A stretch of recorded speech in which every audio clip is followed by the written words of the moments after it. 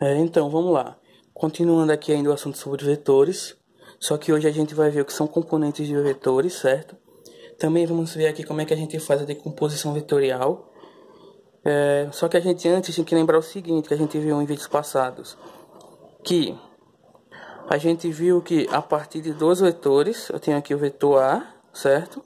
Aí eu tenho aqui um outro vetor, que é o vetor B. Se eu organizar esses dois vetores aqui para fazer a soma vetorial desses dois vetores através de um método do polígono, eu vou ter o vetor A, que é o vetor base. Aí eu pego esse vetor aqui, coloco a origem dele na extremidade de A, certo? Aí agora, o último passo é pegar a origem de A e ligar com a extremidade de B. Fazendo isso, eu acho a soma vetorial entre o vetor A e o vetor B, que nos dá aqui esse vetor C.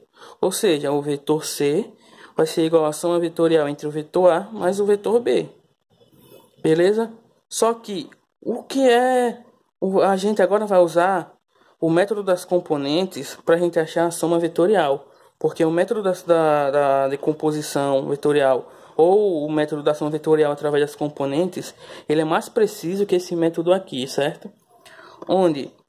O que seria a decomposição vetorial? Então, para a gente começar a decomposição vetorial, a gente primeiro tem que ter um plano cartesiano, certo? Que eu vou desenhar aqui agora. Temos aqui esse plano cartesiano, temos aqui o eixo X e o eixo Y, certo? Então, o que é a decomposição vetorial? A decomposição vetorial é achar dois vetores a partir de um único vetor. Nesse caso aqui eu tenho o vetor A. Aí o próximo passo agora é traçar um traçado paralelo ao eixo Y, certo? Que a gente tem aqui, ó. Onde esse tracejado bate no eixo Y, no eixo X, é onde aponta a componente X do vetor A, certo? O outro passo é fazer uma tracejada aqui que seja paralelo aqui ao eixo X. E o ponto onde esse tracejado corta o eixo Y é onde a componente Y desse vetor A aqui aponta.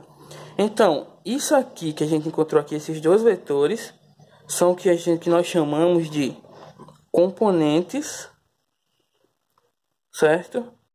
Componentes vetoriais, onde a soma vetorial entre essas duas componentes vai ser igual a esse vetor A aqui, certo? Onde esse vetor A tem essa inclinação θ aqui, certo? E agora, para a gente definir o que são componentes vetoriais, a gente diz que componentes vetoriais é a projeção, ou seja, a sombra que o vetor principal faz sobre os eixos. Ou seja, se eu colocar uma lanterna aqui nesse canto, certo? Colocar aqui uma lanterna aqui nesse canto. A luz vai bater aqui nesse vetor e esse vetor vai projetar uma sombra aqui. Essa projeção dessa sombra aqui é o que a gente chama de componente vetorial. E essas componentes também são vetores, certo? E se eu botar a lanterna agora desse lado aqui, a luz vai chegar aqui, vai bater nesse vetor principal e vai projetar a sombra aqui nesse outro eixo aqui, onde a gente vai ter a componente Y desse vetor. Então, as componentes vetoriais nada mais é do que projeções desse vetor no eixo X e no eixo Y, certo? Nesse caso aqui, só que claro, a gente pode ter projeções também no espaço. Só que de início a gente vai trabalhar aqui em duas dimensões, beleza?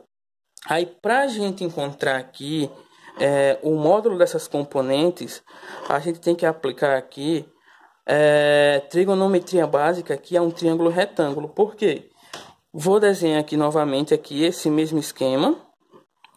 A gente tem aqui o eixo X, certo? O eixo X, o eixo Y. A gente tem aqui o vetor A, a direção aqui desse vetor A. Nós temos também aqui a componente X desse vetor A. Aí temos aqui a componente Y desse vetor A, certo? Para a gente achar aqui o módulo dessas componentes vetoriais aqui,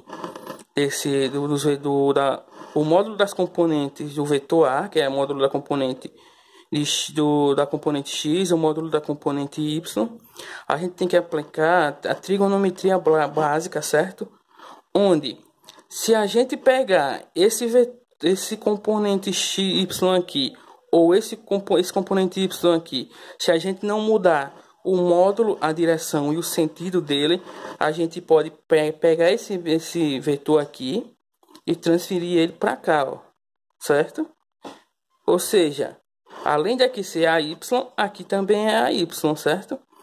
Onde, a partir agora aqui que a gente tem aqui esse triângulo retângulo aqui, entre o vetor a componente AY do vetor A e a componente X desse vetor A, a gente tem esse triângulo retângulo aqui, certo?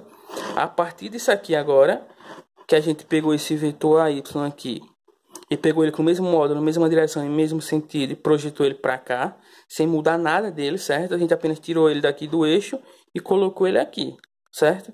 Aí a partir disso aqui agora a gente aplica trigonometria básica, que a gente, a partir desse ângulo aqui, certo? Onde nós vamos ter que o seno desse ângulo θ vai ser o cateto oposto, certo?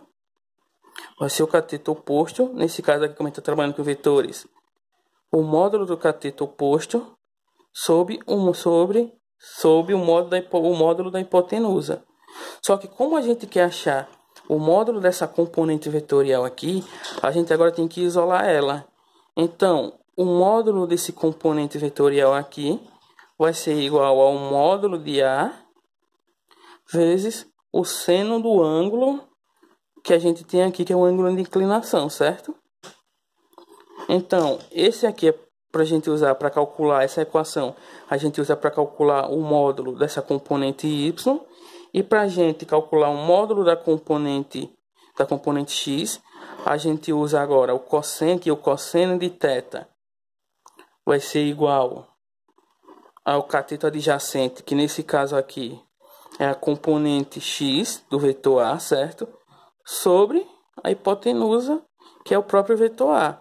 Só que como a gente quer achar o módulo desse vetor, que é essa componente x aqui, a gente tem que o módulo da componente x vai ser igual ao módulo de A vezes o cosseno de θ, certo? Então, nós temos esse esqueminha aqui, ó. Nós temos esse esqueminha aqui, ó. Certo? Isso eu pegando essa projeção, eu pegando essa componente vetorial e projetando ela para cá, eu vou ter esse esquema aqui para a gente achar o módulo da componente x e o módulo da componente y, beleza?